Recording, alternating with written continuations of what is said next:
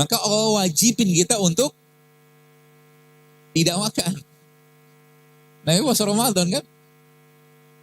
Puasa Ramadan itu puasa untuk apa? Kalau puasa pasti sehat, tenang aja lah. Gak usah dibahas. Jadi zaman saya baca beberapa penelitian-penelitian terbaru katanya fasting twice a week, bahasa Inggris mereka gitu kan, puasa 2 kali seminggu itu ternyata bisa mengaktifkan gen anti penuaan. Saya katakan sayang banget ya orang nggak kenal Islam gitu. Terus dia cerita lagi puasa 3 kali dalam 1 bulan. Jadi semua puasa-puasa sunnah Nabi itu diteliti oleh mereka dan ternyata efeknya luar biasa. Maka kalau kita lihat perjalanannya, ada softwarenya di situ, ada aplikasi detoksifikasinya, mulai dari Ramadan, mulai dari puasa Syawal, kemudian lanjut lagi dengan Senin Kamis, lanjut lagi dengan Ayamul Bid dan puasa sunnah yang lain. Terus nanti waktu bulan lagi naik-naiknya pada tanggal 13, 14, 15 kan disuruh puasa tuh. Dan ternyata gravitasi bulan dalam tengah-tengah bulan seperti itu menyebabkan proses apoptosis tubuh kita itu meningkat. Ditambah lagi dengan puasa pada tanggal tersebut, maka apa yang terjadi? Autofaginya juga makin meningkat. Habis itu diimunisasi kita. Apa imunisasinya? Bekam. Kan urutannya begitu. Kata Nabi berpuasalah pada 13, 14, 15 kata Nabi. Habis itu istirahat 1 hari, 16. Nanti 17-nya atau 19-nya atau 21-nya berbekam. Bagian tubuh kita ini yang paling banyak kedapatan racun mana? Kulit. Ya kan? Bagian maksudnya muka, tangan segala macam ya, dengan makanan, dengan mungkin sampo segala macam lah, produk-produk yang tiap hari masuk ke badan kita itu ya, maka dia paling banyak terpapar sama polutan kalau bahasa kita. Ya. Nah, sebelum kita masuknya lagi, kita akan sedikit membahas tentang bekam supaya Bapak Ibu tahu dahsyatnya bekam. Oke. Kalau seandainya di depan masjid ini, ya,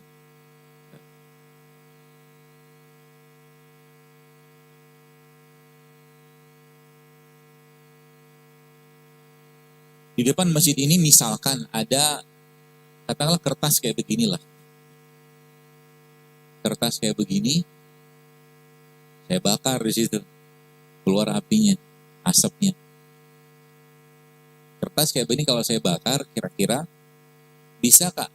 Apakah mungkinkah bakaran yang kecil ya nggak seberapa begitu menyebabkan misalkan nih Kopassus turun, Marinir turun, Paskas turun, atau Brimob atau Gegana turun? Nggak mungkin lah. Hansip juga nggak bakal turun. Bakarannya kecil, gitu. Ini analogi saya pakai biar gampang memahaminya. Pertanyaannya, bagaimana cara memanggil pasukan khusus tadi? Saya bakar kan? Gitu. Saya bilang, semua orang yang ada di masjid ini sekarang ngomong, kebakaran, kebakaran, kebakaran, kebakaran, gitu kan. Nggak disebutin kebakarannya besar, kecil, nggak disebutin, pokoknya kebakaran aja. Ya, semua orang ngomong, pasti menarik perhatian kan? Gitu loh. Jadi proses pembekaman itu, jadi tubuh kita itu ada 2 imunitas. Ada 2 kekebalan. Kekebalan pertama yang sifatnya non-spesifik. Dia semua dihantam sama dia.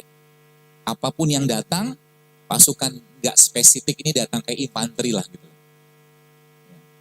Apapun musuhnya atau mungkin bakteri segala macam, non-spesifik ini yang pasukan umum lah bahasa kita datang. Di atasnya lagi itu ada namanya pasukan khusus. Ya, pasukan khusus itu misalkan ada namanya makrofag, ya, neutrofil, kemudian ada interleukin, macam-macam, tinggal dibaca. Jadi intinya ada 2 pasukan, pasukan umum sama pasukan khusus. Waktu orang itu dibekam, gitu kan, di kulitnya kan, dikop, kemudian dilukain. Nah, perlukaan itu kebakaran. Jelas ya? Perlukaan tadi itu ilustrasinya seperti kebakaran tadi. Jadi bikin radang sama jarum atau lancetnya tadi itu. Sedot kan? Waktu disedot, semua peradangan dalam tubuh manusia pasti menimbulkan reaksi atau respon. Ya, kita kenal dengan reaksi atau respon inflamasi. Kalau respon inflamasi akibat perlukaan tadi muncul, dari kemerahan, bengkak, nyeri segala macam, maka apa yang terjadi? Tubuh akan memanggil pasukan umumnya dulu. Panggil tuh pasukan umumnya. Sekitaran itu dulu dipanggil tuh. Kalau bahasa kita hansipnya, babinsanya gitu-gitu lah. Datang dia tet. Oh iya, oke, kami kendalikan kata begitu. Nah tiba-tiba sama tukang bekam atau si pembekam tadi kan kopnya dibuka. Kopnya dibuka setelah tadi ditusuk ya atau disayat tadi. Kopnya dibuka, lalu disedot lagi. Kan awalnya kan dibersihkan tuh, sedot, tusuk, atau disayat-sayat gitu kan. Kemudian yang kedua, kan disedot sama dia keluar darahnya. Kemudian sama dia dibersihkan. Nah, sedotan yang berulang itu, tanpa penyayatan lagi ya, atau tanpa penusukan lagi itu, kayak tadi kita ngomong rame-rame. Kebakaran. Apa yang terjadi? Yang datang bukan pasukan di sininya, tapi di sini. Langsung dari pusat, karena diberitahu di sininya ada masalah, maka pusat nggak peduli. Ketika ada informasi, datang dia. Sehingga seluruh pasukan-pasukan khususnya, bahkan pasukan imun yang urusannya sampai ke HIV, datang. Itu luar biasanya bekam. Ya, dahsyatnya bekam. Maka kita lihat kan, sebelum dibekam disuruh puasa dulu 13, 14, 15. Istirahat sehari. Nanti kita akan lihat, terus bahan hardware-nya itu apa? Hardware-nya. Itu software-nya.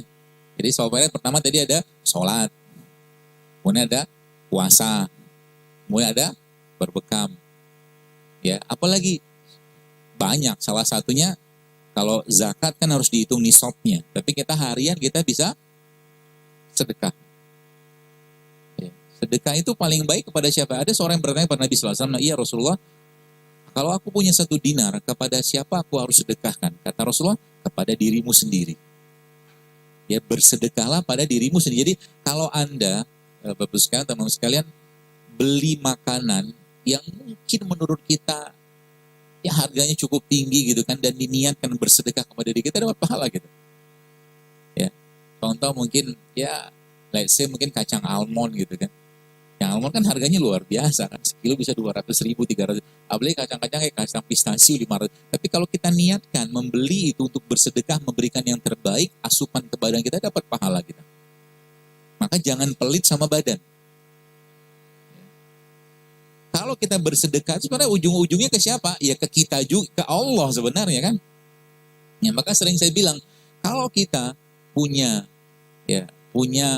rezeki yang cukup, bahkan lebih, ya, janganlah sholat pakai baju yang jelek. Beli baju yang baru, karena ujung-ujungnya tuh adab kepada Allah. Di dompet kita mungkin ada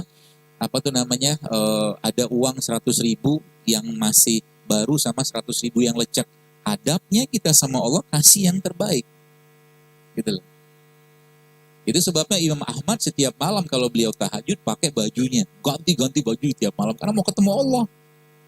Gitu loh. Ada sejadah yang bagus, pakai sejadah yang bagus, jangan pakai sejadah yang usang. Gitu loh. Termasuk misalkan nih, yang celengan lewat, misalkan gitu kan. Jangan kasih yang paling kecil.